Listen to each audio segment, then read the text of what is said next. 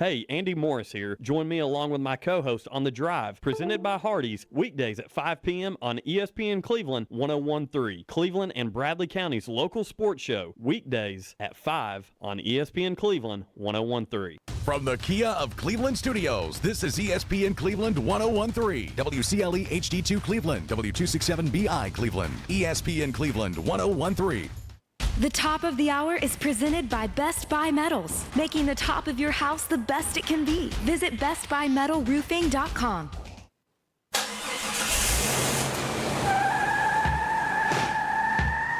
It's time for The Drive on ESPN Cleveland 101.3, presented by Hardees. We will bring you nonstop sports news from the national and local scene and everything in between. So buckle up and join in on the conversation. It's The Drive. Don't take no style. Welcome back to The Drive. Andy Morris here along with Jim Gum and Jacob Mason. Always a pleasure to be with you fellas as we are live here on ESPN Cleveland 101.3. Also streaming on Facebook and mixtv.tv on YouTube. So appreciative for all of our listeners on all the platforms, be it radio, social media, whatever it may be. And listen, Braves game canceled today, so not a lot to look forward to as far as Atlanta Braves and Major League Baseball goes. But again, the Braves have got to get something going. They've struggled, obviously, last night losing to the Phillies, and we're going to dive into that here a little bit later. But real quick, just kind of check in on you guys. We got E back in the building, so Jacob's not on the board today. He's taking it easy. He's over here kicked back beside me. Jim's over here just with that just seasoned veteran, just swagger, just bleeding out of you today, man. I tell you what, you just looked like you came in here ready to spit some knowledge on us all. Yeah, I took my shirt off and everything, man. I'm sitting here shirtless and got my feet propped up. So get that visual out there, everyone, right? No, I hope your wife's listening. She's not. She's shaking her head if she is. She knows better. No, I'm telling you, man. I know it's this time of year, a lot of people say, oh, it's a slow time in sports. There's no such thing as a slow. Now, there are other times when this sports is just out there and you can't avoid it. But there's always something to talk about, and we've got a lot of stuff to go. What we're going to be talking Braves. We got college football talk again. We got the NBA. The Eastern and Western Conference Finals are going, and we got all sorts of stuff going on. We got the College World Series is starting up. We got. The ladies are in the, they're down to 8 teams, 5 of the 8 being from the SEC. So a lot of stuff going on out there. Yeah, you're going to have to lead us in that area. Jacob and I have been diving into the college baseball stuff. Obviously, we talked about it on the show yesterday. I know that the Lady Vols still alive, right? So playing Oklahoma at I think 2:30 first pitch tomorrow. Not the best team you want to start up against. Yeah, they're kind of. If you want to relate Oklahoma softball to anything else, let's say college football, they're the Alabama right now. I feel like of college football, they are to college softball. Or even if you want to look at college wrestling, they're the Penn State or Iowa. Yeah, right. Like they're that team. They're the one kind of setting the standard in women's softball right now. Yeah, they are the standard that everyone strives to be. What have they won? 3 or 4 consecutive national championships? Yeah, it's something crazy. 3 or 4.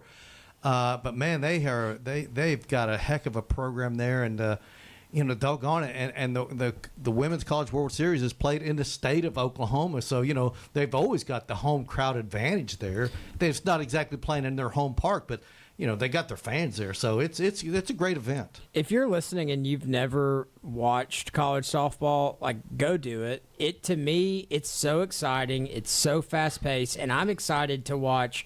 The Tennessee Vols pitcher that basically throws the equivalent of 112 mile an hour fastball versus the best pure hitter in all of softball on Oklahoma's roster. So that's going to be a fun game to watch. But if you don't watch softball, one of my boys put me on it. Like you said, you feel like there's nothing on in sports. And then I turned that on one Saturday, and I sat and watched it all day Saturday. It was awesome. I'm glad you said that because I want to tell you, it took everything in me not to bring this up. You guys probably saw it on the notes a few days back. But going back to a regional play, my nephew, huge Florida State fan, gets it from his daddy, a big-time Florida State. Anything Florida State that's on, he's watching it. Mm-hmm. So the Florida State women's softball team, they were playing Auburn. I believe this was 2 Sundays ago, back during those regionals. And I'm not going to say the young lady's name because obviously we know the yips are a real thing. Oh, it's yeah, a struggle. sure. Yeah. But it absolutely it took everything I had not to talk about it on the show. We're talking softball right now. We're going to talk about it. The catcher for Auburn is incapable of throwing the softball back to the pitcher. And so the whole time I'm sitting here waiting for the scenario, can we get a runner on third? Get a runner on third. I want to see how they handle this. What do they do?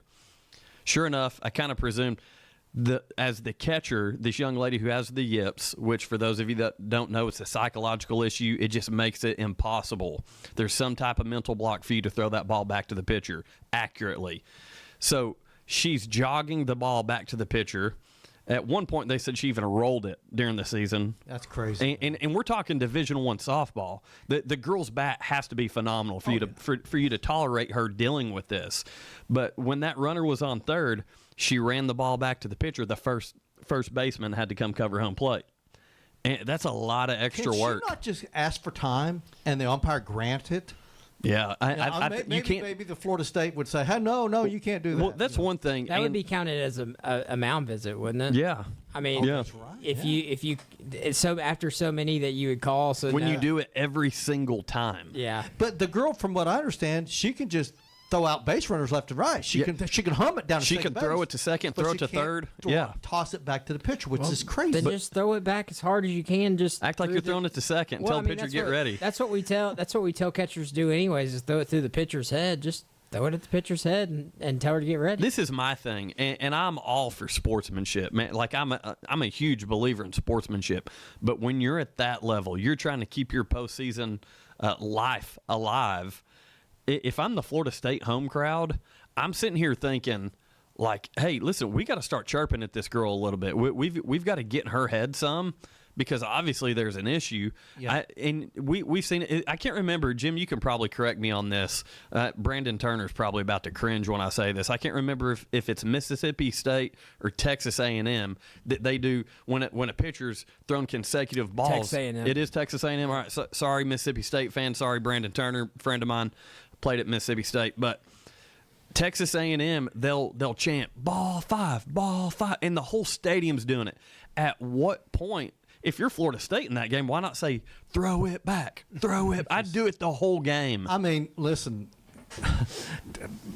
being a fan, you do have some liberty to get on the opponent. I know they're collegiate athletics, but doggone it, they're getting paid these days. Or Yeah, the they are. NILs, they're close to being professionals now, so you can rag on them.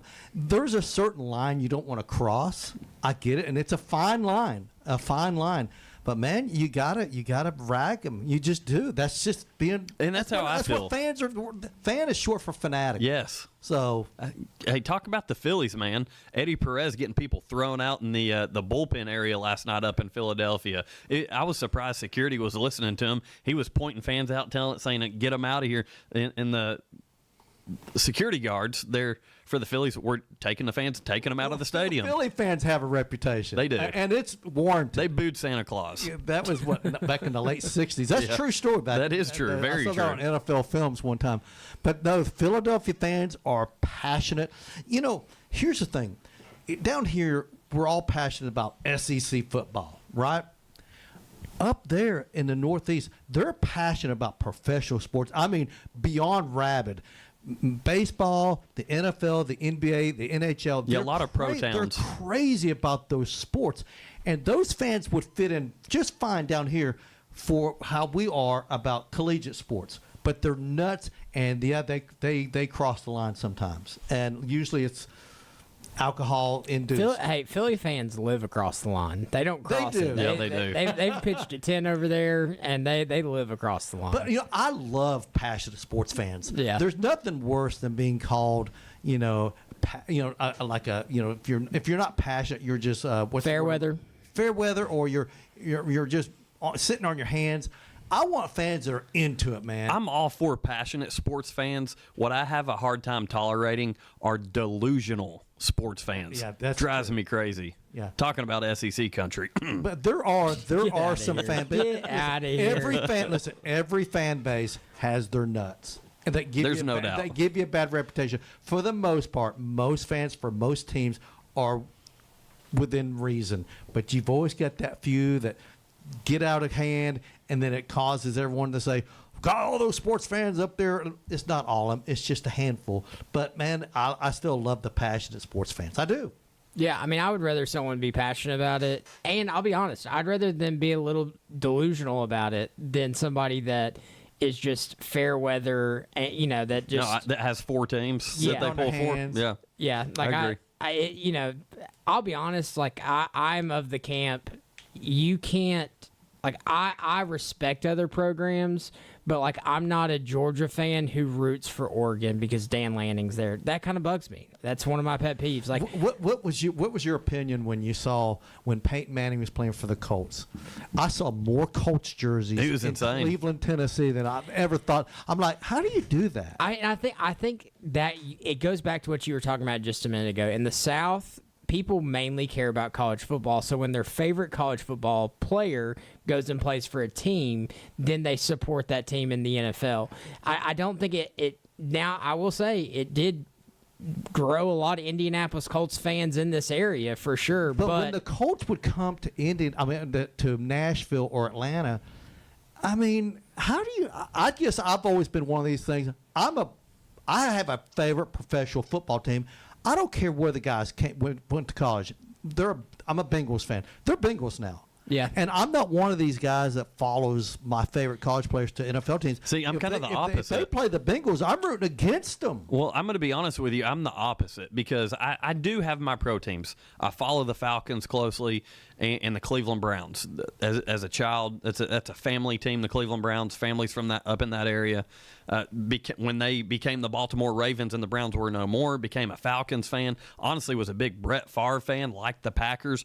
But it got to a point where, like, I would pull for those teams. I wasn't as passionate, though, with my NFL teams as I was Notre Dame. So when Ricky Waters was running wild and when Tim Brown was with the Raiders, I was pulling for those guys. It was a lot of fun. Yeah. And so it opened me up, I feel like, more so to the league entirely as opposed to just following my teams, to where I would keep up with the Notre Dame players. And when Golden Tate was with the Detroit Lions, man, I was like, man, I can kind of get on board with these guys. Was I going to go buy a jersey? Absolutely not. Now, in terms of professional sports, when you shift from NFL to Major League Baseball, for me, hey, it's Braves or die.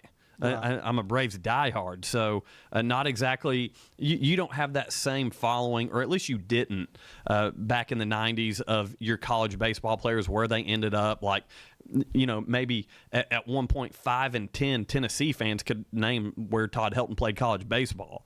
College baseball just wasn't huge at the time. It's grown in popularity a lot, but for the most part, it was more regional for me with the Braves. As being my team. So I think there's different levels to fandom and what's acceptable. We've talked about this on this show before. Like, when it comes to college football, we got our teams. Jim's a Buckeye, Jacob's a Bulldog, and I'm a Fighting Irish guy. So with that, there are certain teams that I pull for, like, because of you, Jacob. Like, I keep up with Georgia now because I'm hearing all this stuff from you, and we talk about it. And when Josh was on the show, we talk about the Bulldogs a lot. We carry him here. I pull for Kirby Smart. I pull for him. But of course, when it's time to play Notre Dame, I was glad I was glad the Irish got that victory. Mm-hmm. I have an interesting question that kind of bridges off of this because, we talked about fandom. Something that I think is kind of popular, especially in baseball, is young fans buying jerseys of their favorite players, regardless of what team they're on. So you talked about being Braves or die. My little nephew is a Braves fan till he dies. Huge Vols fan, but he has a Tatis jersey. He has, he has all these other like jerseys of his favorite players. Does he have an in Aaron MLB. Judge jersey? Yeah, he's got just those kind of things. At two-part question: at what age do you have to stop wearing your favorite player's jersey? So, like, is it inappropriate for me to buy a Brock Bowers jersey because Brock is younger than I am? / is that okay as a young kid? At what age do you have to stop and start just rooting for your team and only wearing your team's apparel? I'm honestly, I don't think it's wrong. Some people are just adamant. You're an adult. You don't do that no more. I'm okay if you wear it to the game, but I mean, if you're wearing it to Walmart, or going out to dinner with your wife and you got a jersey on. I'm not crazy about that, but I think it's okay to wear a football jersey to the game. Now, you're doing a sports show right now. But now, are you saying your team, or are you saying what Jacob's saying? And No, with kids, I understand kids buy jerseys for all kids. I mean, players all around the league. At some point, though, he'll make a decision. Yeah. He'll make that decision where he grows up and he's like, I'm not going to wear a Raiders jersey. My favorite team's the Falcons, and I'm gonna wear nothing but Falcons or Georgia Bulldogs, or if has he adopted another college team besides Georgia? I'm just curious. My son, no. Okay. No, the only thing, and I've allowed this. Me and my wife had a major talk when my son was born. Her family's Tennessee season ticket holders, and they were on board. And they I told them, I said, this is something that I want me and my son to have together, getting to go to the games, and they've never pushed it. The one thing that I do allow him to root for, his Nana, so my wife's grandmother, is the biggest Lady Vols fan that you're ever going to meet in your entire life. He watches the Lady Vols with her, and that's something that I'm completely okay with. So he'll say, Daddy, I love the Georgia Bulldogs and the Lady Vols. And It's so I'm, funny. I'm all right with that. My daughter just recently got married, where her new husband is an Auburn fan. Okay. And I'm like, that's interesting. And now she's always worn up. She's gone to Ohio State game, for crying out loud. We bought her a cheerleading outfit when she was a little thing. And she's got all sorts of Ohio State gear. But she actually was a server here in a couple of restaurants here. Well, guess what? The best way to get tips, she wore a lot of Tennessee stuff.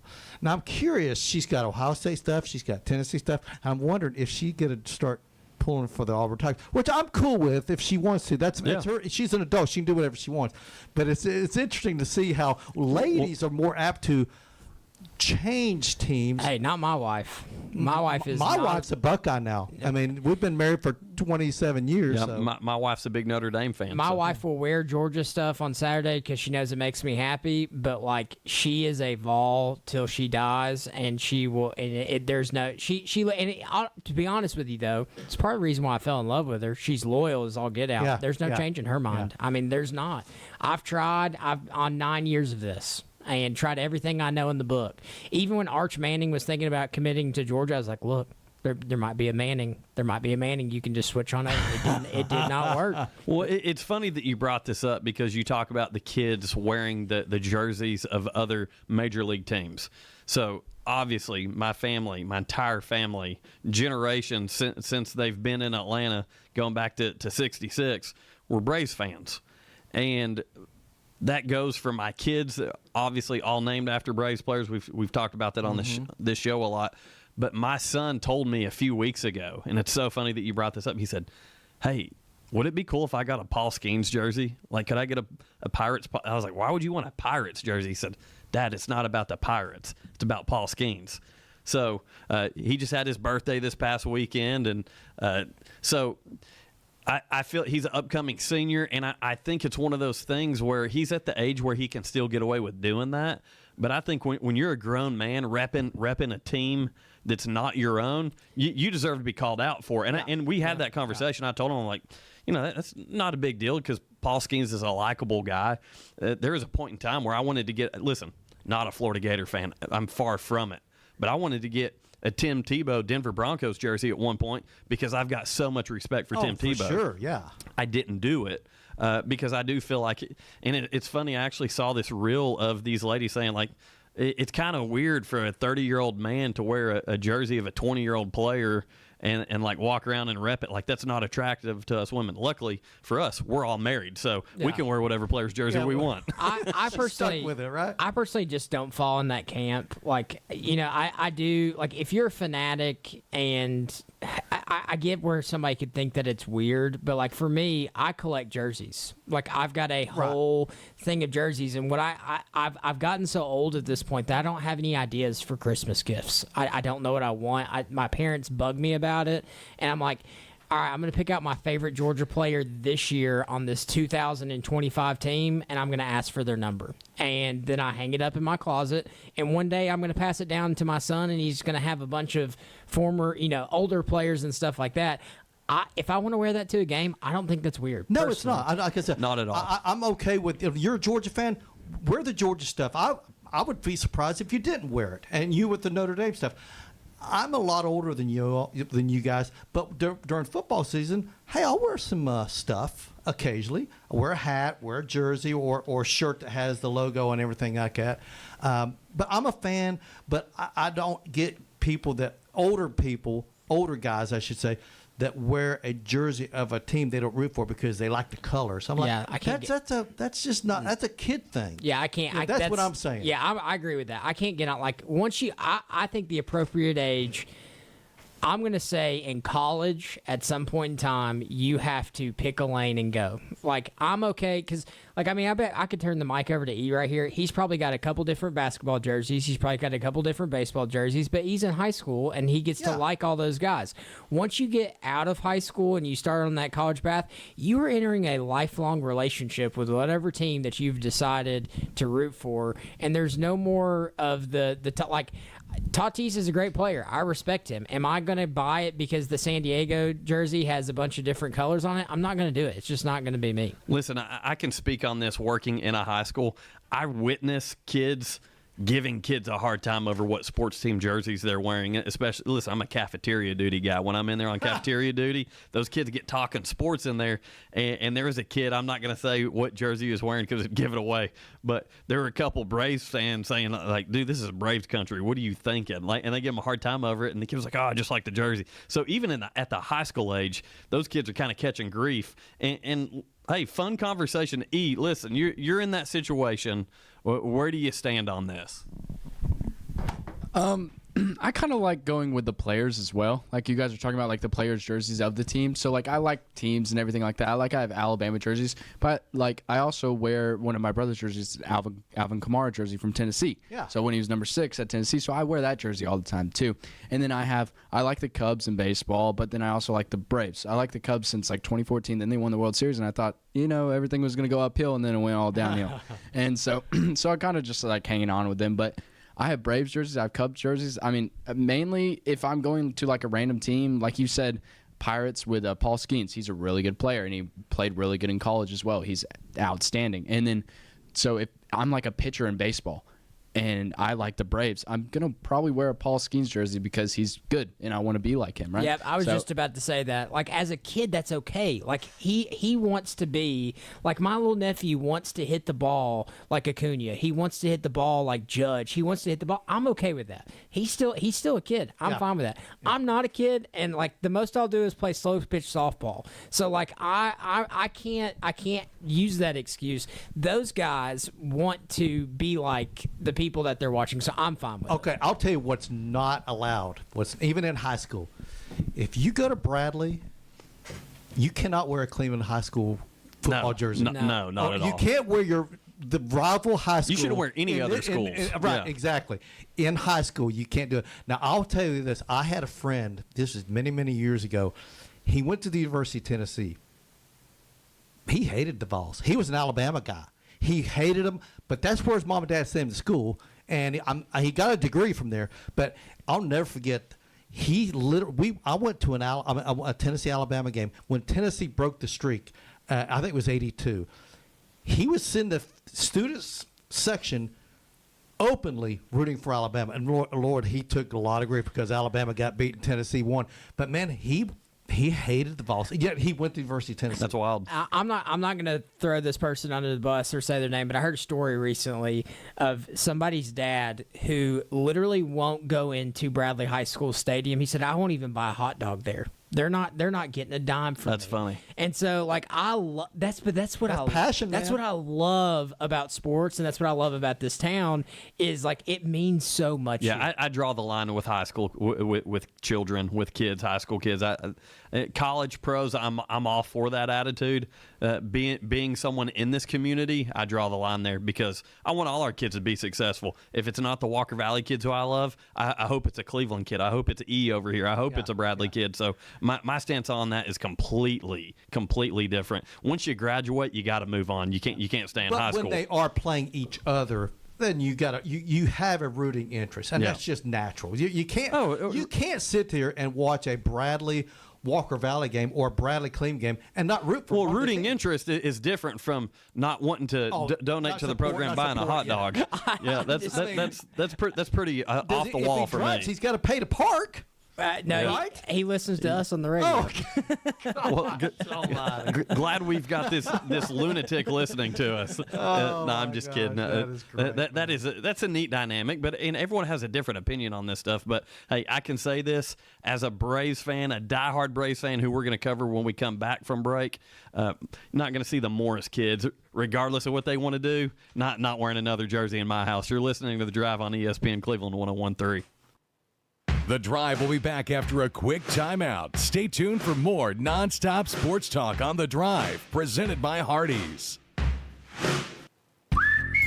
Hardee's original bag packs 2 full-size favorites, plus fries and a drink starting at $5.99. Pair any 2 items. Choose from a charbroiled double cheeseburger, hot ham and cheese, or hand-breaded chicken tender wrap. Or choose 2 double cheeseburgers for just $1 more. A great big bag of original goodness starting at just $5.99. Only at Hardee's. Download the Hardee's app and join My Rewards for special offers. These items only. Tax not included. Price and participation may vary. Got an injury that just can't wait? There's no need to delay your care. Center for Sports Medicine and Orthopedics is excited to announce that our Urgent Ortho Walk-In Clinic is now available on Saturdays at the Gun Barrel Road location. Open from 8 to noon, we're here to treat sprains, strains, fractures, and more. No appointment needed. So skip the long ER wait and get specialized orthopedic care fast. Visit us this Saturday at Center for Sports Medicine and Orthopedics Urgent Ortho. We're the center for expert care right when you need it. Learn more at sportmed.com. Hey guys, this is Dan Good from Crown. Just reminding you that Crown Jeep is Cleveland and Bradley County's Jeep headquarters. Do you suffer from unsightly leg veins? Are your legs turning brown or swelling? Do your legs feel heavy, tired, or achy? Do you have restless legs or leg cramps disturbing your sleep? These symptoms are signs of bad veins. Dr. James Gooden at Milligan Vein offers an office treatment that can make you look and feel better. And your procedure is covered by most insurance. Find more information online at milliganvein.com or call Dr. Gooden today at 423-961-5682 and get rid of those bad veins. Don Ledford Pre-Owned Trucks, SUVs, and Vans in Cleveland is the dealership to go. If you're looking for quality, variety, and a dealership you can trust to back up every pre-owned vehicle that they sell. During Don Ledford's annual month of May Memorial Day commemorative event, you can enjoy big savings on over 45 pre-owned trucks, SUVs, and vans in stock. They have Chevrolet, GMC, Ford, Ram, Dodge, Hyundai, Kia, Jeep, Nissan, and Toyota. Almost every brand of truck, SUV, and van is at Don Ledford. There truly is something for everyone. So go online to donledford.com. Review the vehicles you're interested in, and then visit their showroom on North Lee Highway in Cleveland to inspect and test drive your choice. You'll get a great deal. Come in today. Don Ledford's Pre-Owned Center in Cleveland. They've been selling pre-owned vehicles you can trust since 1981. Hurry. Sale ends June 2nd, 2025. The Cleveland Regional Jetport offers conference and party room rentals. Their corporate conference room can host up to 50 people and has multimedia connections. The Jetport also has a perfect room with a beautiful view for hosting special parties and bridal and baby showers. Let the Cleveland Regional Jetport host your next event. Find out more at clevelandregionaljetport.com. That's clevelandregionaljetport.com. Welcome back to The Drive, presented by Hardees. Join the conversation. Text 423-749-1013. You can also listen anywhere on our website, ESPNCleveland1013.com.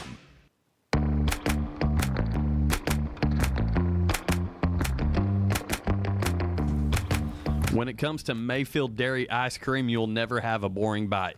Their limited edition ice creams include cherry chocolate chip and banana pudding. They're both inspired by traditional Southern recipes and seasonal favorites. Pick some up today at your local grocery store and visit Mayfield online at mayfielddairy.com. So once again, with that Mayfield Dairy live read, Atlanta Braves baseball. Mayfield making it possible for us to talk about Atlanta Braves baseball here on The Drive on ESPN Cleveland 101.3. Again, I'm with Jacob Mason, Jim Gum. I'm Andy Morris, and definitely one of my favorite segments when we get to cover the Atlanta Braves.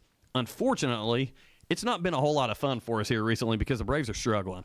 Yeah, absolutely. Last night got to sit down and watch the game for a little bit and just I think at one point in time I saw we had 9 LOB left on base. Probably more than that towards the end of the game, but just cannot get runners across the plate, and it's so frustrating. It's just frustrating to watch because the hitting is there. It's just not timely hitting right now. They cannot get a hit with men in scoring position to save their lives. Yeah. They just can't. I mean, they got shut out last night. This is such a good offensive team. When you look up and down that lineup, you're like, well, the Braves should average 4 to 5 runs a game. And they'll do something. They'll have a great game here and there, and then they'll happen what happened last night.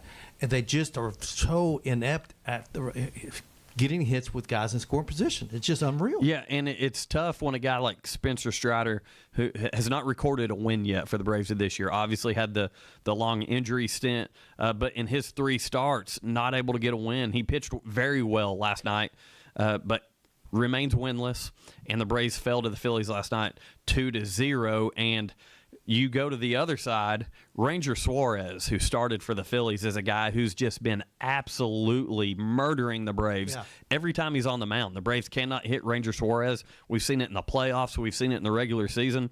This is a guy who I don't know what he's getting paid by the Phillies, but every time he beats the Braves, they should give him some type of a bonus because he shows up when the Phillies are playing the Atlanta Braves. Well, he had Matt Olson. It was the inning before Matt Olson left runners at first, second, and third. But the inning before that, he had him just stood straight up with a disgusting changeup off the plate, and you knew that. Yeah, up and off. Yeah, like Olson just wasn't expecting on it, and he looked frustrated. But then he honestly looked at him like, "That's a good pitch. That's a great pitch." And then he just walked to the dugout. It was he diced last night.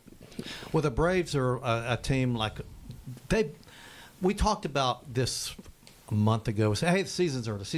Listen, we're a third way into it now. They got to start doing something.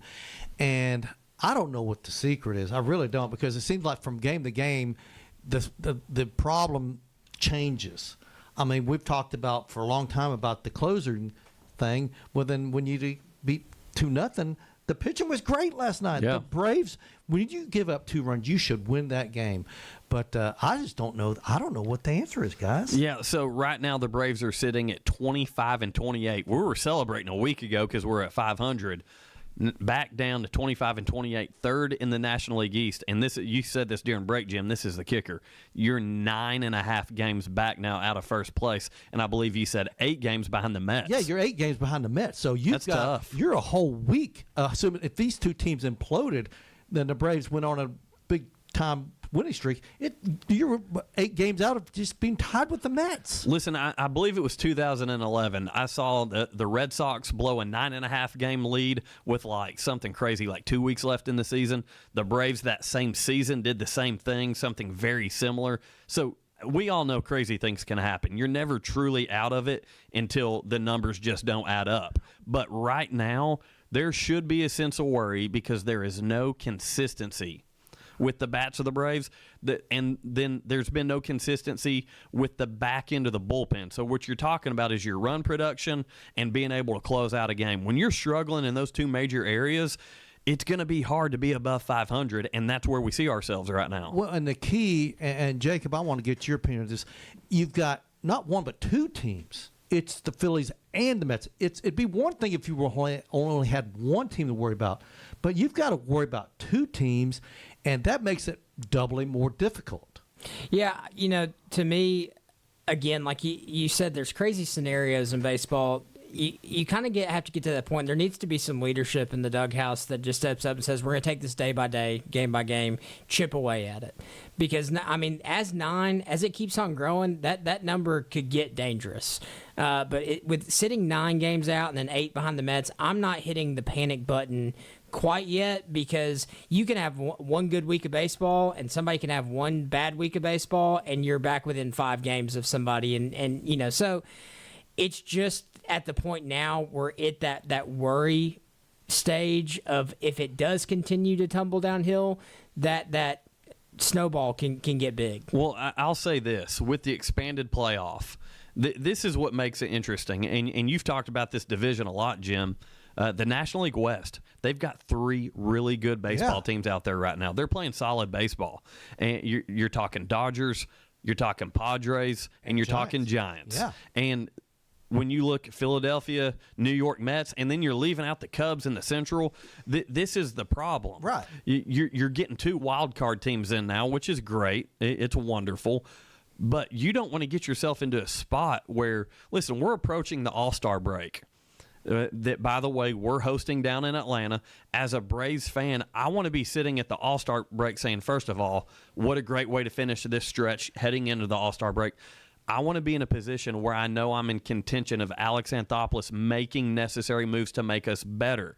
If we're struggling, if we continue to do what we're doing, he might not do anything at the All-Star break. He might wait till we're getting a little bit closer to the trade deadline to let things transpire, and it might be too late at that point. Well, the thing you don't want to be is not in control of your own destiny to where you got to root for these teams to lose. You got to win. You understand. You control that part of it.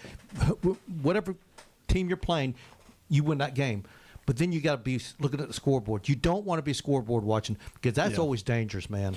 Well, it's series like these that just hurt the worst, in my opinion, too. Like when you're playing a team like the Nationals, when you're playing a team like the Phillies, when you're playing these series and you're coming out on the back half of them, like we talked about it off air, like you lose to the Nats, and then now like you've gone into Philly and you can't score a run. Now you're going to play a doubleheader tomorrow, and then let's be honest, like they're probably sitting there. I know the broadcasters were calling for it, but they're probably going to beam one of our players. Emotions are going to be high. It's just, to me, these series are really important, and it just doesn't seem like the focus is there. And I will say this: they tried. How often do you see bunting in the MLB nowadays? Yeah. You saw it last night. You saw them bunt somebody over to get a runner at second. So like they're trying to get runners across, but it's just not happening at this point. Listen, we need like Guillermo Heredia to show back up in the dugout and like wave some smelling salts in front of everybody's face or something, because there's got to be consistency at the plate. We've not seen it yet. So that's one thing that I was hoping with the return of Ronald Acuna. Listen, that guy's done his darndest trying to have an influence and get the Braves back going offensively, and still not enough. So it's a head scratcher, but we're at a point now. Obviously, breaking news today: the game postponed, as Jacob alluded to. That game is rescheduled for tomorrow as a doubleheader, and we're hoping that it's going to work out where the drive is going to hit right in between those games. We'll be able to have a show here for you between that doubleheader tomorrow up in Philadelphia. So again, 2 games that just in the matter of one day, you could take 2 games and be in a much better place. But before we completely close the book on last night's game, there were a couple moments that I'd like to talk about with you guys. One of them being Austin Riley's great defensive play and throw to first base for the putout. And then the other, Bryce Harper hit by a Spencer Strider pitch in that surgically repaired elbow. First of all, I was kind of like, why is the guy not wearing an elbow pad or an elbow guard? Nothing. I mean, that thing was naked. And, Spencer Strider, he's humming him up there. And you could tell immediately there was some remorse from Spencer Strider. He took his hat off, shook his head, and even kind of took a couple steps, which anyone that knows the unwritten rules of baseball, you don't ever go walk over and check on somebody, especially when they're ticked off at you for hitting them. But you could tell it was completely just a lack of control. And it was an unintentional beam to the elbow, but the beat writers for the Phillies, the post-game show hosts, they're calling for somebody. Well, and so for me, with that play specifically, he threw inside. We know Spencer Strider's not afraid to throw inside. Not having an elbow guard, one, is weird for me with that. But 2, like what happened to the days of just rolling? Like he jumped up into the air. If he sits there and turns, you get that back upper arm is where that ball is going to hit him. He jumped up into the air trying to avoid the ball. I'm not saying he's not trying to avoid it. Nobody wants to get hit by a 95-mile-an-hour fastball. But when he jumped up into the air, that put that ball right at his elbow, like right around the top of his elbow. That's the dangerous part. Right. The wrist and the elbow, man. That's where you don't want to get hit. Whatever happened to the days of just throwing the hands down, tucking, and rolling? Like, I mean, I bet you E probably got hit by like an 85, 87 mile an hour this year, and like we're talking about 7 or 8 more miles an hour. I know it probably. Attaboy E. I know they take way more at bats and all that stuff, and they probably just get annoyed with getting hit with the ball. But like, to me, I just couldn't fathom why we're jumping up into the air, and then that's ultimately why that ball got as close to his elbows. Actually, today being rained out is actually beneficial because it gives Bryce Harper another 24 hours to recoup and see what he's like tomorrow. I don't know if he'd have played tonight or not. I don't know. Maybe he would have. But, and also the retaliation thing. Will there be retaliation? Now that the National League has a designated hitter, you know, you can't throw at the pitcher because he's not going to come up. So, I mean, you know what I'm saying? In the same game. If he hits Acuna, the dugouts will clear. That is the last guy that you want to hit in this scenario. And this is what gets me. As I said, it was unintentional.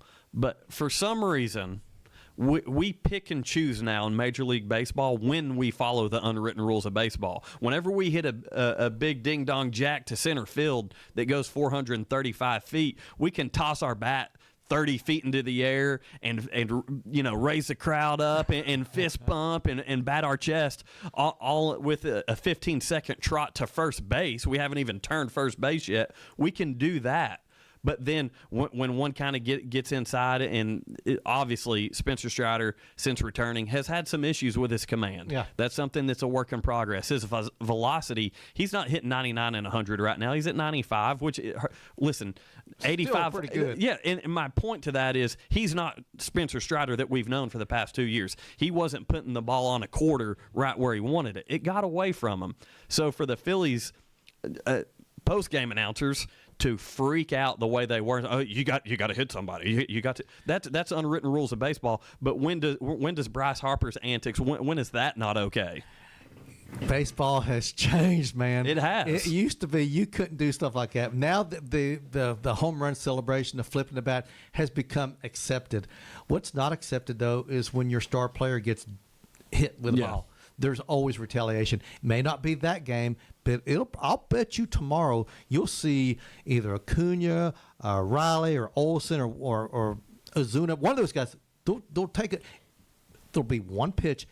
If he hits him, if he backs him off and he misses him, then that's it. You get one chance. Yeah. But it'll happen tomorrow somewhere. If the Phillies win game 1, like I would go ahead and fully expect it in game 2. If they win the series. That's where I kind of have a difference of opinion there, because I feel like if you're the Phillies and you're going to do it, do it.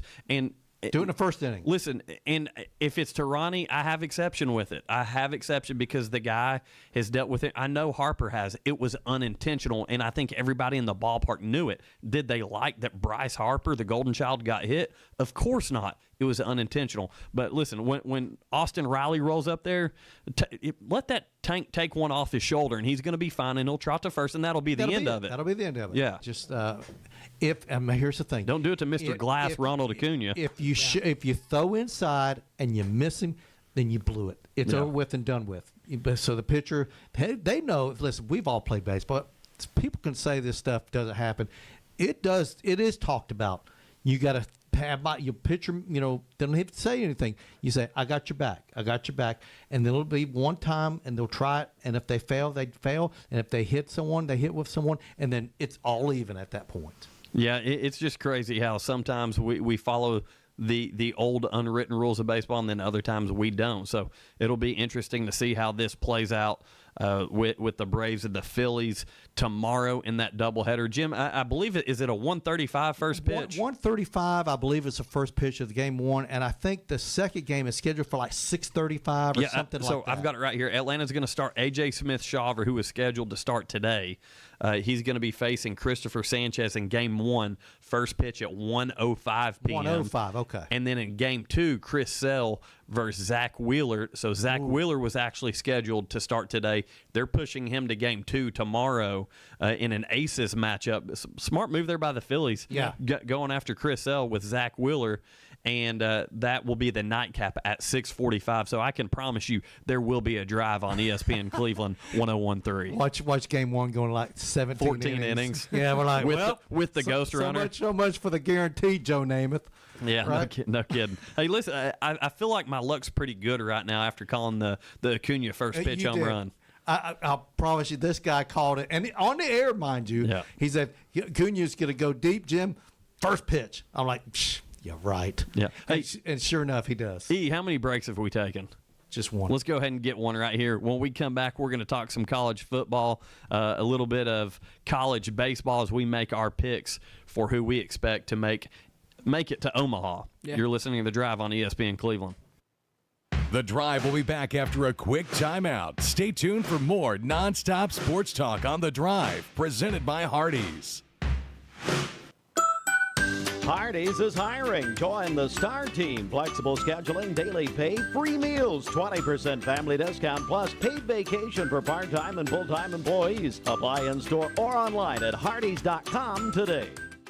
Do your legs feel heavy, tired, or achy? Dr. James Gooden at Milligan Vein offers an office treatment that can make you look and feel better, and your procedure is covered by most insurance. Visit milliganvein.com or call Dr. Gooden today at 423-961-5682. ESPN Cleveland 101.3 is powered by Duracell. Not all composite decking is the same. Enjoy life's beautiful moments on an equally beautiful composite deck. Envision's products feature deep, non-repeating grains and distinct colors throughout each pour, offering a truly unique appearance unlike anything else on the market. Learn more and find inspiration for your project at Cleveland Plywood. Cleveland Plywood Company, 2700 20th Street Northeast in Cleveland. For a quarter of a century, Mix 104.1 has been taking you out to the ball games. Swanson to first. The Braves are world champions. Since 2000, Mix 104.1 has been the home of the Atlanta Braves, and we're celebrating by giving away tickets to Atlanta Braves games all summer long. Listen for your chance to call or text to qualify. You can also register at the Mix socials on Facebook and Instagram. Braves 25 is presented by Cleveland Ford. Honest people, honest deals. Cleveland Tire Center for over 45 years with the best name in tires: Bridgestone, Firestone, Goodyear, and Michelin. Northley Highway, Cleveland. Cleveland Tire Center, where the name says it all. For care you can feel confident about, trust Erlanger Medical Group. More than 500 exceptional providers backed by the region's healthcare leader, Erlanger. Call 423-778-DOCS. That's 778-DOCS. It's time for a Don Ledford of Cleveland traffic update on ESPN Cleveland 101.3. Don Ledford Chevrolet Buick GMC, located on Northley Highway in Cleveland. Or visit donledford.com for details. Don Ledford, where we say yes. It's on-time traffic with Commander Chuck. Good afternoon. Still a little bit of volume. 24 East trying to get down through the top of the ridge cut. In this road construction here at the 75-24 is split. No shortage of radar today on 24 as you work your way out into Marion County, anywhere near Montego Mountain. There's been radar on and off all the way out towards the Nashville area. Blackstone Grill, Chattanooga's new restaurant that's now open at 3018 Cummings Highway, located in beautiful Lookout Valley. Have dinner with them tonight at Blackstone Grill. I'm Commander Chuck with your on-time traffic. From the Alon Planning Partners Weather Center, here's your forecast on ESPN Cleveland 101.3. Visit them online at alonplanning.com or give them a call at 423-315-1441. Heading into the evening, we'll see a few spotty showers, maybe a rumble of thunder, but no severe weather. Overnight, a few spotty showers or thunderstorms will continue into your Thursday morning with a low of 64. Climbing to 78 with scattered showers and rumbles of thunder through the day Thursday. Again, no severe weather expected. And we'll see that unsettled weather continuing into Friday morning, clearing out Friday afternoon with a high of 76. Gorgeous weather Saturday with mostly sunny skies and a high of 81. Download the Local 3 Weather app, free for iPhone and Android. I'm Chief Meteorologist David Carnes for the Local 3 Storm Alert Team. Your current Milligan Vane temperature is 79 degrees. MilliganVane.com. Welcome back to The Drive, presented by Hardees. Join the conversation. Text 423-749-1013. You can also listen anywhere on our website, ESPNCleveland1013.com.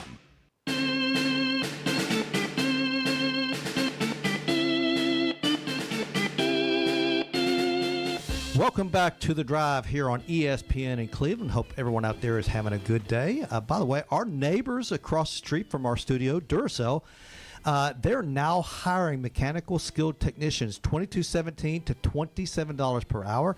Excellent benefits beginning day one. Medical, dental, and vision insurance, paid vacation, holiday pay, 401k, tuition reimbursement, and more. Apply now at Duracell.com. That's Duracell.com. So let's dive into a little bit of college football news. Of course, the SEC, they're having their spring meetings down there in Florida. And great idea, by the way. Yeah, it's always a good idea. And this is where they distribute the money. I think that comes either tomorrow or Friday. What is it, $58 million per school? It's a lot. They're not hurting financially. But anyway, some of the big news coming out is that, we talked about this, the playoffs going to 16 and the SEC and Big Ten being both guaranteed 4 slots, ACC, Big 12, 2, then G5, 1, and then 3 at-large would include Notre Dame possibly. Now the new scenario that's been thrown out there is called the 5-11 model, where you get 5 automatic bids and then 11 at-large bids. And that seems to be the more popular. That way, the Big Ten and SECs are not guaranteed slots. To me, you got to earn it. I prefer the 5-11 thing. I think I'm on board with that because what that does, that ensures that you put the best teams in and not just those allotted conference teams. Because when you're saying 4 teams out of the SEC, I think there was an argument this year where you could have justified that. When you look at the Big Ten, I don't know if I feel the same way. I don't know about that 4th team in the Big Ten last year. To me, earn it. And if the ACC, for crying out loud, has 5 teams, then they earn it. Yes. If they get 1 team, then that's all they get. No conference should be guaranteed 4 teams. Yeah. You should earn it. I agree. And then there's another thing coming out, and I think it was Brian Kelly said there's been a lot of talk about the SEC. Oh, gosh. The SEC, your favorite coach. The SEC and the Big Ten having a scheduling agreement where every year Tennessee would have at least 1 Big Ten opponent, and Alabama would have a Big Ten opponent, and it would alternate every year. I'm here for it. I love it, man. Give me that all day long, partner.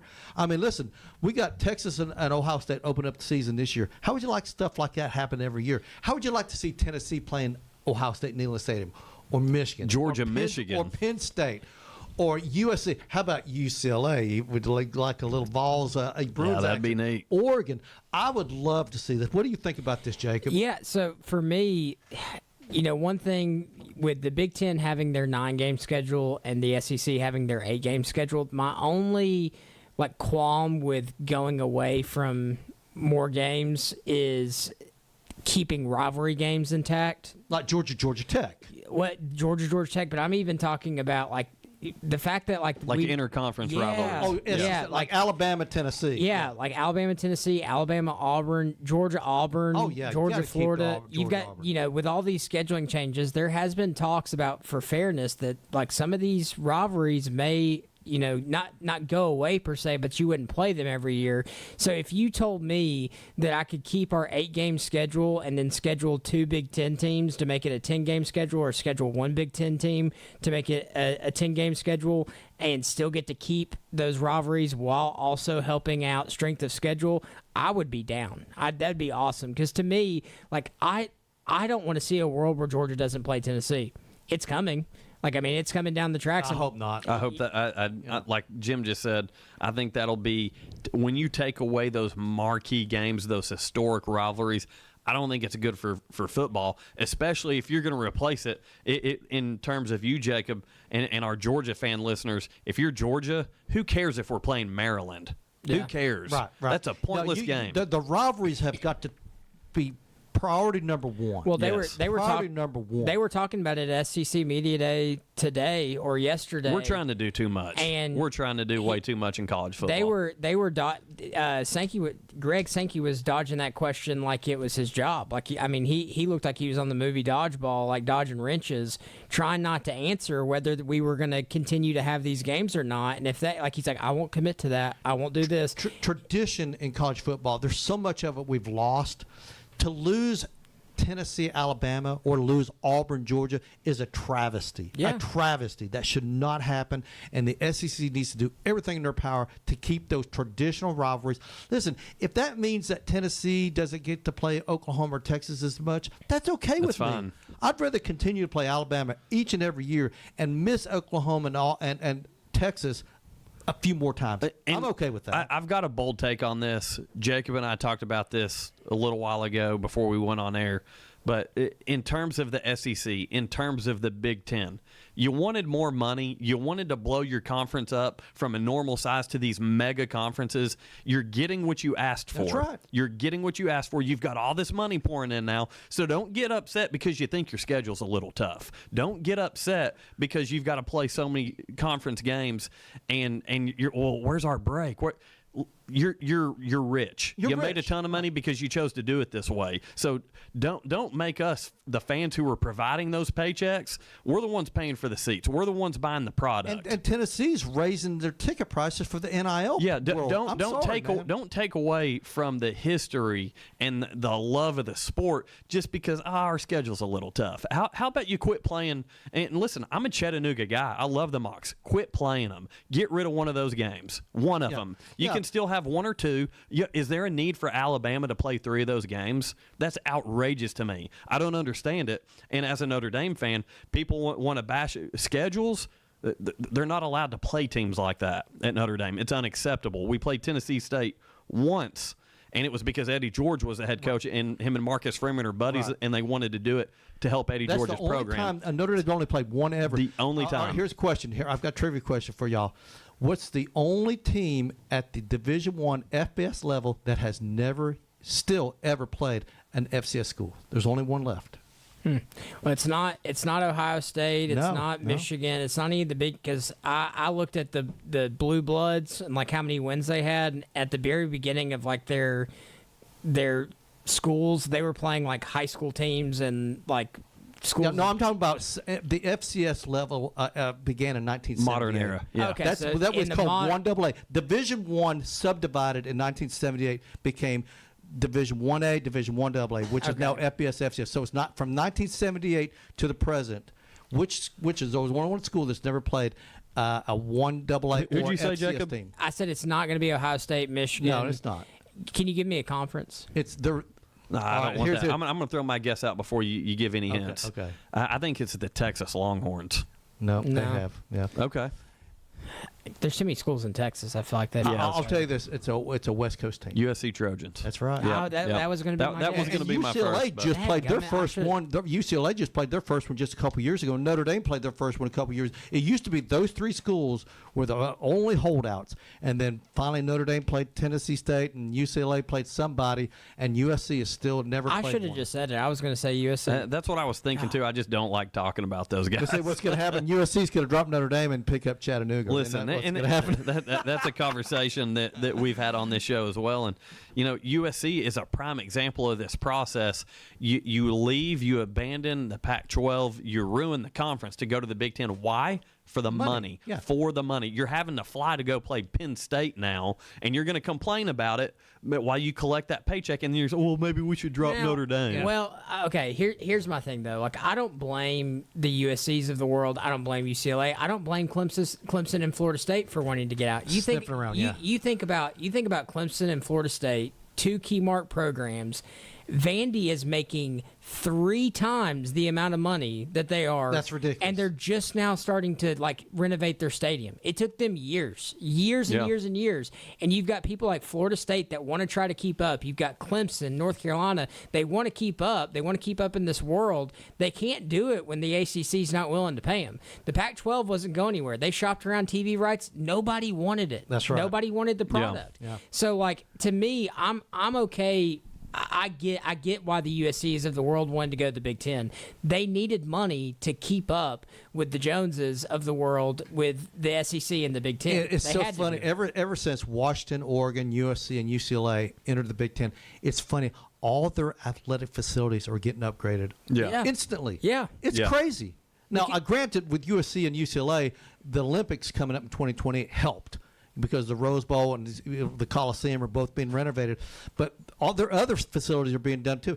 It takes money to do that stuff, man. Well, one thing I want to give credit to Dabo Swinney and the Clemson Tigers because they just signed a 12-year deal with Notre Dame to play that game annually for 12 years.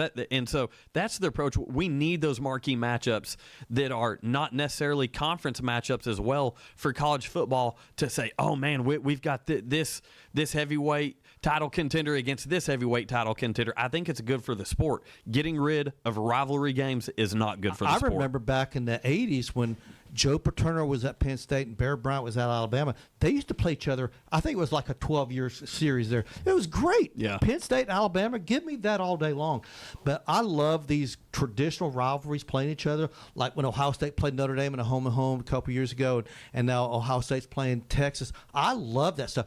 Even if you lose, it's still – people have respect for you, and you can these days with the 12-team playoff, you can afford to lose a couple games, guys, and still make it. Well, and I can go ahead and say, like, me and Andy being as close as we are, we were friends during the Georgia Notre Dame. That was a great home and home. It was not. So I didn't get to go to South Bend, but I went down to Athens, and just the atmosphere of that, like that's what college football is about. Georgia, that's still the largest attended game in Georgia football history. Yeah. They added some temporary seats to break the record. Listen, Georgia introduced the lights in that game, and that place was like nothing I'd ever seen before. Electric. Now you're starting to see it a little bit more common. They kind of really set this modern standard for how a night game should be in college football, and it's revolutionized. You look at what they do up at Neyland Stadium now, like very similar. They dim the lights. They get the orange going, the fireworks. Yeah. People have kind of left Georgia. Like they took that idea and they ran with it. Like I think of Ole Miss. We did it at Notre Dame. I think everyone's of Alabama.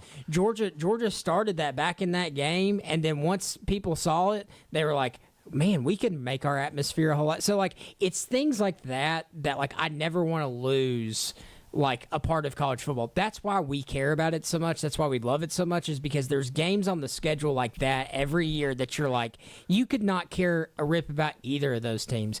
If Tennessee went up to Michigan and played in the Big House, I would be glued to the television. A home and home between the Big House and Neyland Stadium. Oh, my goodness. It's phenomenal. You know, I would love it. So like I will always be pro. Like if signing a deal with the Big Ten gives me those every single year between the SEC and because here's the thing. Inventory, man. It's just going to create better games. I would like to see that within the ACC as well. Like, can you imagine a home-and-home series between Miami and Georgia? Oh, I'd love it. The convicts versus the convicts. Get out of here. I just had to throw that out at Jacob, bro. Hey, listen, when we started talking Atlanta Braves, Jim put his shirt back on, but as soon as we got into this college football playoff stuff and the rivalries, that shirt came right back off. It's off, man. We got to get him to get his shirt back on. So we're going to transition over to some college baseball now, and we're going to go through here for the last segment of the show and talk about who we expect to make it to Omaha, our final 8 of the college baseball season. But real quick, do want to give you a heads up about tonight.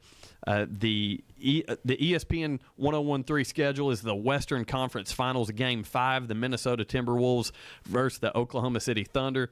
That game is right here on ESPN Cleveland 101.3. I believe tip-off is at 8:30, and Oklahoma City currently up 3-1 in that series. Last night, the Eastern Conference Finals Game 4, the Indiana Pacers beat the New York Knicks 130-121, and the Pacers now lead that series 3-1. So about to have ourselves a potential Pacers-Oklahoma City NBA Finals if things hold true to how they've looked up to this point. So the NBA playoffs are zipping along now. I'm all for it. I know a lot of NBA fans want the big markets, but I'm okay with Indiana versus Oklahoma City. I mean, doesn't bother me Listen, at all. one thing that I've actually enjoyed about seeing the Pacers at this point. Listen, growing up in the 90s, no one liked Reggie Miller. They wanted Michael Jordan to beat Reggie every single time they played. It's been pretty cool to see Reggie celebrate with those guys after each win and be in the stands. It's pretty neat. But, hey, going on over to college baseball, listen, the SEC we've talked about has been dominant, and we're going to go ahead and make our individual picks for who we expect to win each regional and advance on to the Super Regionals and eventually the College World Series. All right. You want me to start? Yeah, go ahead, Jim. Okay.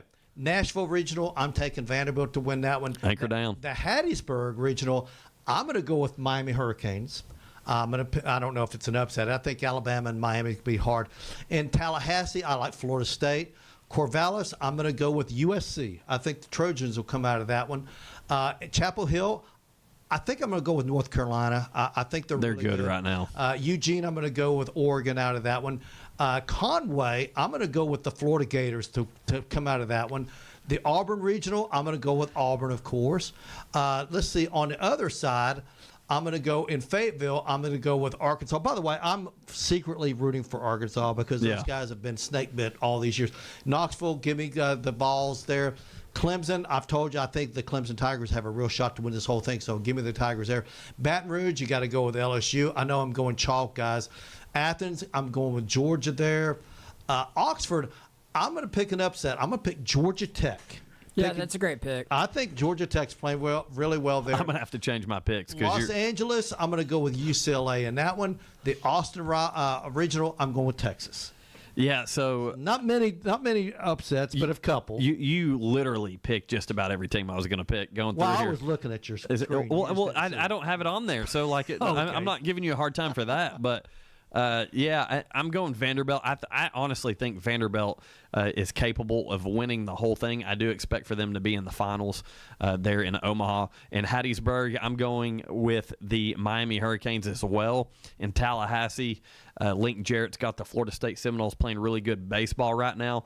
Do not overlook Mississippi State, though, but I expect the Seminoles to get things done there in Tallahassee. In Corvallis, I'm going to go TCU here. How about I'm going to change it up because TCU, they've got a pretty good team. So between Jim and I, neither one of us going with the host Oregon State there. So going with TCU. In Chapel Hill, sticking with the Tar Heels, arguably one of the best teams in college baseball right now. In Eugene, Oregon, I'm going to go ahead and stick with the Ducks in that one. I do think that Arizona will be competitive. Yep. They've got a good team as well.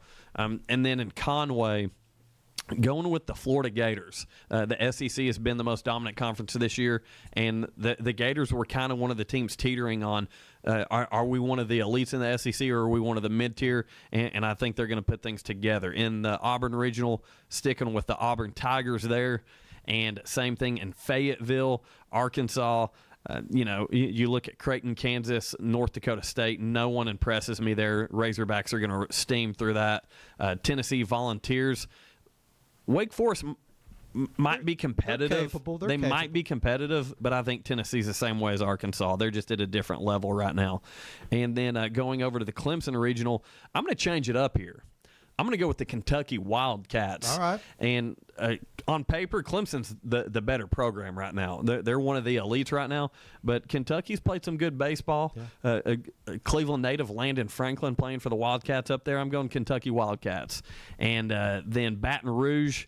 I'm going to go with just because I don't like LSU, I'm going to go with Little Rock here. Hey, don't sleep on Dallas Baptist. Yeah. They're pretty darn good. That's a good baseball program there. Yeah, I'm going with Little Rock though because sticking with the Arkansas theme, and then going to the Athens region. I think Oklahoma State is a tough team, but no one is going to compete with the Bulldogs the way they're playing this year.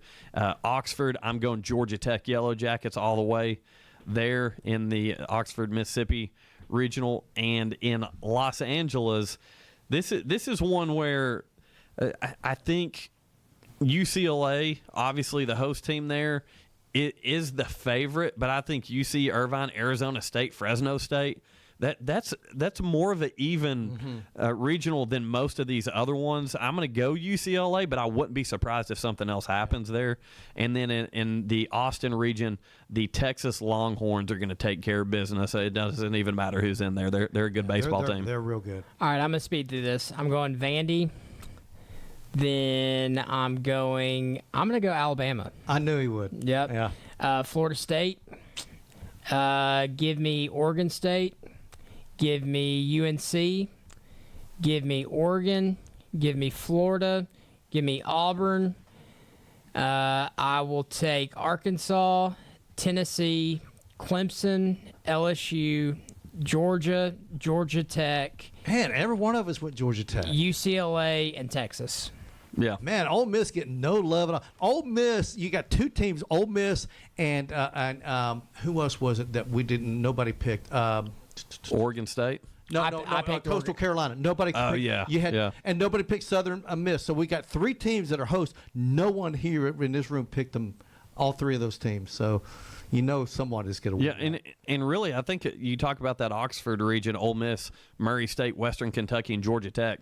That's not a slight on Ole Miss at all. No. Georgia Tech's just a good baseball team. They are good. Yeah, they're real good. They have one of the best pure hitters in the game. Yeah, they do. He can turn a game around just like that. So, I think Ole Miss is a great team, but you just never know. Right now, who's your champ, Jim? Who you got winning the whole thing? As of right now, we'll do this again. I'm going to go Clemson. I said that the other day. I'm going to stick with. I know you said Vandy, but I'm going to go with Clemson Tigers. Yeah, I'm anchoring down with the Vanderbilt Commodores. Tim Corbin, gonna stay on pace with what he's been doing over the past several seasons up there in Nashville. Off the rip, I'm going Texas. Okay. Yeah, off the rip, I'm going to go Texas. So we got to get our guy E involved in this one. E, who do you think is going to win the College World Series? I haven't watched much college baseball because I've been playing high school baseball, so I haven't really had the time. But I'm probably going to go with Jim here on Clemson. I've been watching some highlights, of course, and Clemson's looking like the favorable team here. Any chance at all that the Vols right repeat? now? I don't think so. We've got Tennessee fans screaming at their radios and their Facebook pages right now as they listen to us. Listen, I think Tennessee's capable of winning the whole thing. I do. I think Florida State's capable of winning the whole thing. I think Texas is capable of winning the whole thing. There's probably a couple more teams. North Carolina is capable. I just think I'm one of those guys. I think been there, done that is relevant in college baseball. And, when you get to Omaha, it's a different atmosphere. Jacob talked about it yesterday, the field dimensions. You're playing in a pro park. It's a big park. It's a big park. And here's the thing. The last time I saw Tennessee, they got just waxed by Vandy. And that's a lingering thought. I know I shouldn't have that mindset because baseball, you know this. I don't know if momentum's real in baseball like it is in other sports. You're only as good as your next starting pitcher. You know that. And so, yeah, I know Vandy put it on Tennessee 10-zip, but I don't know, man. I'll say this. It's not the same team as it was last year. Swagger in baseball is real, and if I'm taking a team based off of swagger, I'm going to take the Vols. Oh, so all the Vols fans, you can at least know that. When they step out into the field, they're going to compete. They honest, and I love it. I'm that kind of coach that when I have a pitcher on the mound, I want him to think that he is God's gift to that dirt while he's Tony up there. Vitello, he's a good motivator. He is, and that when they step on the dirt, they think they are God's gift to dirt itself out there on the field. Listen, so right now, I love it. Right now, our good friends of the show, Stephen Shelton and Mark Smith, are screaming at their radios, big Tennessee baseball supporters. But again, as Jacob said, it would not surprise me one bit if Tennessee's going back-to-back. They're coming back with another national title. It would not surprise me. And I know I'm on the Vanderbilt train right now. I've always liked Tim Corbin. I've always liked that baseball program. We talked about this early in the show about having some fandom.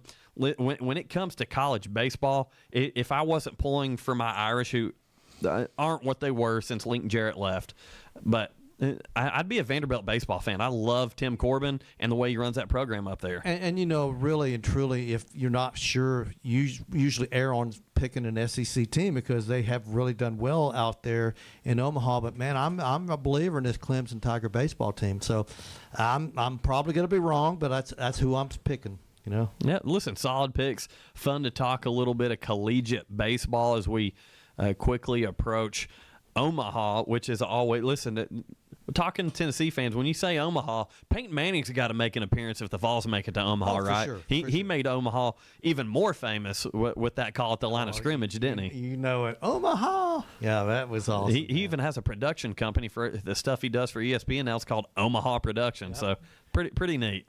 Yeah, Peyton's a great ambassador for the University of Tennessee, and he did. Like I said, it was great watching him last year out there when the Vols won the whole thing. So yeah, it was pretty cool. But this team just is not. I don't know. They're lacking something that they didn't have. That they did have last year. I don't know. Maybe they'll turn it on. I don't know. And there's something to be said for peaking at the right time, and this is where you want to do it. You want to have those slip-ups in the SEC tournament. You don't want to have hot, man. you don't want to have those slip-ups now as you're getting into these super regionals and getting into the College World Series in Omaha. So definitely going to be fun to continue to cover that. Just so we can get Jim to take his shirt off one more time. Anything else college football-wise we want to talk about? You guys good for the day? We'll have some more news tomorrow. Well, I'm sure there's more stuff coming out of the Destin. We'll get some more news out of the SEC tomorrow. Hey, Paul Feinbaum, not a big Gunnar Stockton guy. Oh, go ahead and throw that out there. We got 2 minutes. He was on SEC Media Day. Somebody asked him if he was a Gunnar Stockton fan, if he thought he'd take Georgia to a successful season, and he said no.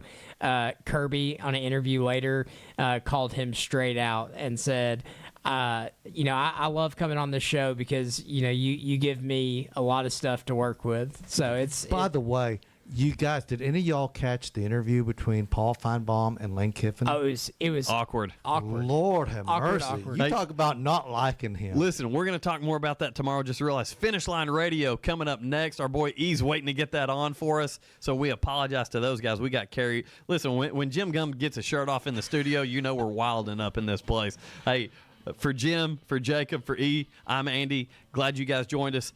Next up, Finish Line Radio.